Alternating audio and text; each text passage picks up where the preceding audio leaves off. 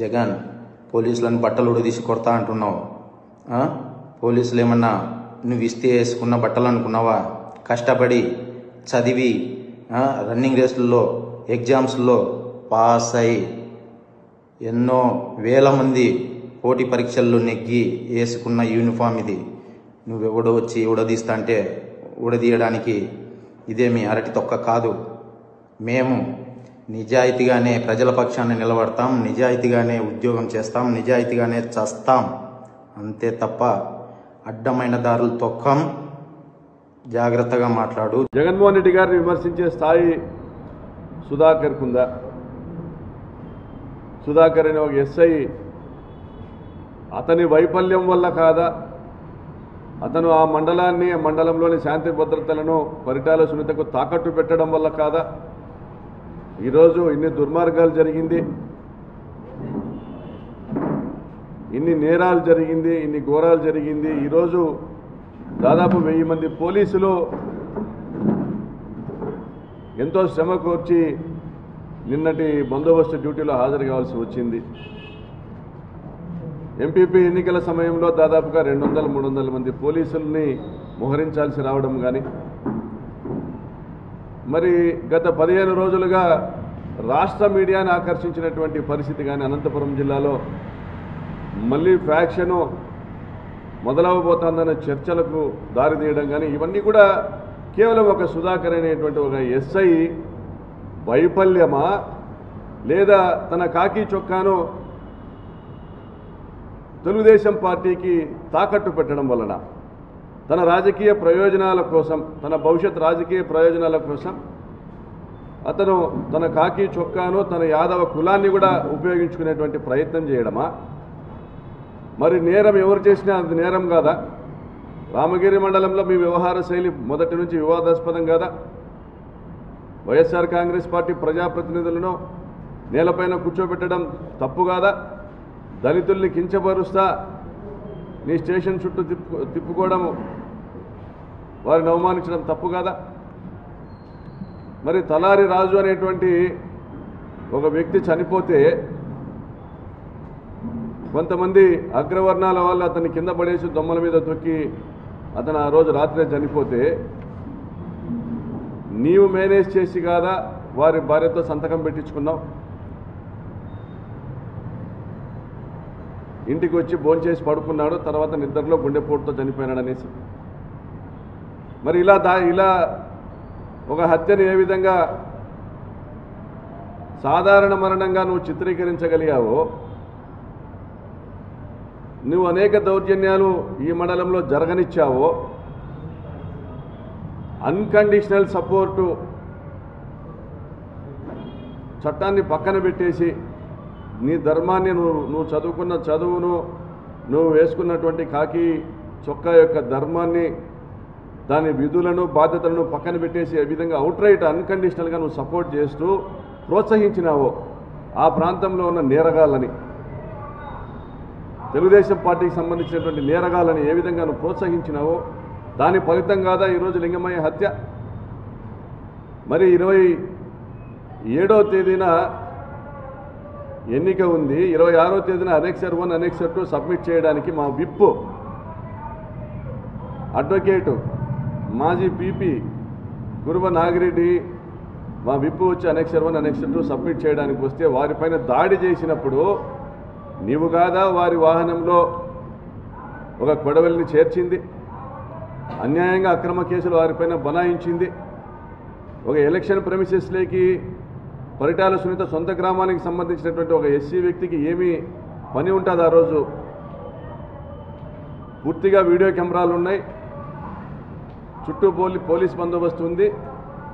Election premises అయినటువంటి మండల కార్యాలయం యొక్క కాంపౌండ్లో జరిగినటువంటి దాడికి మరి వెంకటాపురం గ్రామానికి సంబంధించినటువంటి ఒక దళిత వ్యక్తికి ఏం సంబంధం ఉంటుంది? అతనితో మీరు కంప్లైంట్, మీరు సునీత కలిసి కుట్ర చేసి కంప్లైంట్ తీసుకొని దాడికి గురి కాబడిన వాళ్ళపైనే మీరు మళ్ళీ కేసు పెట్టడం, ఎస్సీ యాక్ట్ పెట్టడం, 307 పెట్టడం, ఆర్మ్స్ యాక్ట్ పెట్టడం, నాన్ బెయిలబుల్ సెక్షన్స్ పెట్టడం.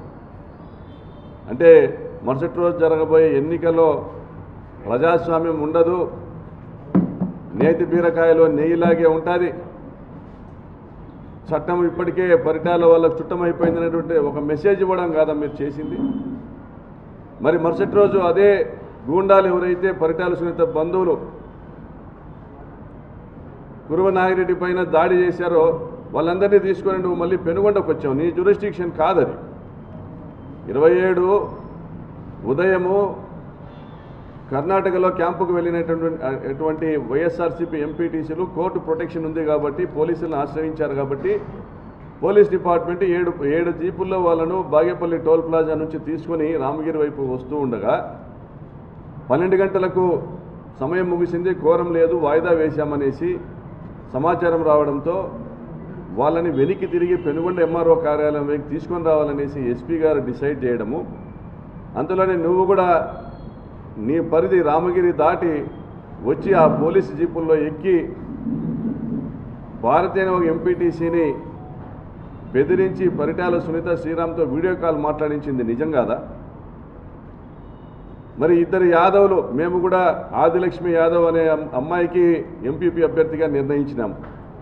మరి వారిని కానీ కొండయ్యను కానీ ఇద్దరు యాదవులు ఎంపీటీసీలు ఉండగా వాళ్ళను కులం పేరుతో నువ్వు ప్రలోభానికి గురి చేసేటువంటి ప్రయత్నం చేయడం వాస్తవం కాదా? ఇవన్నీ నీ కాకి చొక్కా నేర్పించాయా ఇటువంటి దిగజారుడు విధానాన్ని? పచ్చ చొక్కాకు చట్టాన్ని చుట్టంగా చేయమని చెప్పిందా నీ కాకి చొక్కా? దీనికైనా నీకు కాకి చొక్కా ఇచ్చింది ఈ వ్యవస్థ? బాధితుల పక్షాన నిలబడతావని, అన్యాయానికి గురైన వాళ్ళ తరపున ప్రశ్నిస్తావని,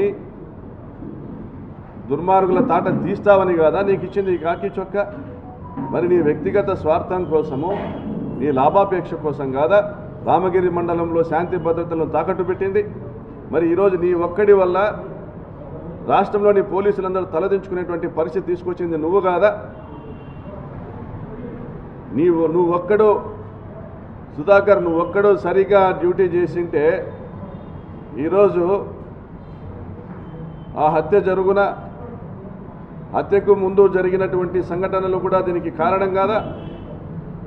27 రాత్రి పాపిరెడ్డిపల్లి గ్రామంలో జయచంద్రారెడ్డి ఇంటిపైన దాడి చేయలేదా? ఇదే నిందితులు, హత్య కేసు నిందితులు, ఈ నేరస్తులు దాడి చేయలేదా? 28వ తేదీ దాడి చేయలేదా? మరి ఎక్కడ పోయినాయి నీ ధర్మపన్నాలు? నీ ధర్మ సందేశాలు ఎక్కడ పోయినాయి? ఏ మూలం దాక్కున్నాయి నీ ధర్మ సందేశాలు? నీ నిజాయితీ గురించి మాట్లాడేటువంటి మాటలు ఎక్కడ నక్కినాయి? 27వ తేదీ ఇదే పాపిరెడ్డిపల్లిలో దాడి జరిగితే పోలీసులను పంపించావా? పోనీ నువ్వు వెళ్ళావు కదా, నువ్వే కదా ఎస్హెచ్ఓ, వెళ్ళావా? దాడి నిరోధించావా? ఆ దాడిని అడ్డుకున్నటువంటి కురువ లింగమయ్య కుమారులు వారికి టార్గెట్ కాలేదా? అడ్డుకోవాల్సింది మీరు కాదా, పోలీసులు కాదా? మీరు చేయలేని పనిని తాము చేయాలనేసి ఆ దౌర్జన్యానికి ఎదురుపైన లింగమయ్య కుమారులపైన కక్ష పెంచుకున్నది వాస్తవం కాదా? ఈ హత్య కేసుల ముద్దాయిలు పరిటాల సునీత తమ్ముడు, ఆమె తమ్ముళ్ళ కొడుకులు ఆ కురువ లింగమయ్య పైన కానీ వారి కుమారులపైన కక్ష పెంచుకున్నది అందుకు కదా? మరి 27 దాడి జరిగి 28 దాడి జరిగి జయచంద్రారెడ్డి ఇంటిపైన నీ వైఫల్యం వల్ల 30వ తేదీ హత్య జరగలేదు అదే గ్రామంలో, లింగమయ్య హత్య జరగలే? మరి 28వ తేదీ పోలేపల్లి ఎంపీటీసీ కొడుకును ఇదే ముద్దాయిలు పిలిచి బెదిరించడం వాస్తవం కాదా? నువ్వు పోయి కొండయ్య గంతిమర్రి ఎంపీటీసీని బెదిరించడం వాస్తవం కాదా? ఇంత దిగజారాలనా సుధాకర్? ఎవరిని నమ్ముకొని నువ్వు చేస్తున్నావు ఇది? పరిటాల సునీత నీకు టికెట్ ఇప్పించేటువంటి సామర్థ్యం ఉందనుకుంటున్నావా? ఆమె పైన ఆమె అధిష్టానానికి నమ్మకం ఉందనుకుంటా ఉన్నావా? అవసరం తీరేంత వరకు చంద్రబాబు తర్వాత ఏ ప్రభుత్వం వచ్చినా ఆ ప్రభుత్వంతో చట్టపట్టాలు వేసుకొని పనులు చేసుకునే విధానం కాదు ఆమెది. ఆమె భర్త చంద్రబాబు నాయుడు గారిని తిట్టిన విషయం మీకు తెలిసినా, తిట్టే తిట్లు మీకు తెలిసినా, ఆమె భర్త కానీ ఆమె కుమారుడు కానీ మొన్న టికెట్ ఇవ్వలేదని బతికినప్పుడు ఆమె భర్త కానీ చంద్రబాబు నాయుడిని తొన్నినా కొడుకొని తిట్టినారు. చంద్రబాబు నాయుడిని తొన్నినా కొడుకొని తిట్టినారు పరిటాల కుటుంబం. ఎప్పుడు కూడా 4 గోడల మధ్య చంద్రబాబు నాయుడిని తిడుతుంది. వీళ్ళ ఉద్దేశం ఏంటంటే చంద్రబాబు నాయుడు వల్ల ఈ రాష్ట్రంలో తెలుగుదేశం పార్టీకి ఇమేజ్ లేదంట, పరిటాల రవి వల్ల ఈ రాష్ట్రంలో తెలుగుదేశం పార్టీకి ఇమేజ్ ఉందంట. ఇది వీళ్ళ అభిప్రాయం. మరి దీనికి అంతటికీ కారణం ఎవరు చెప్పను సుధాకర్.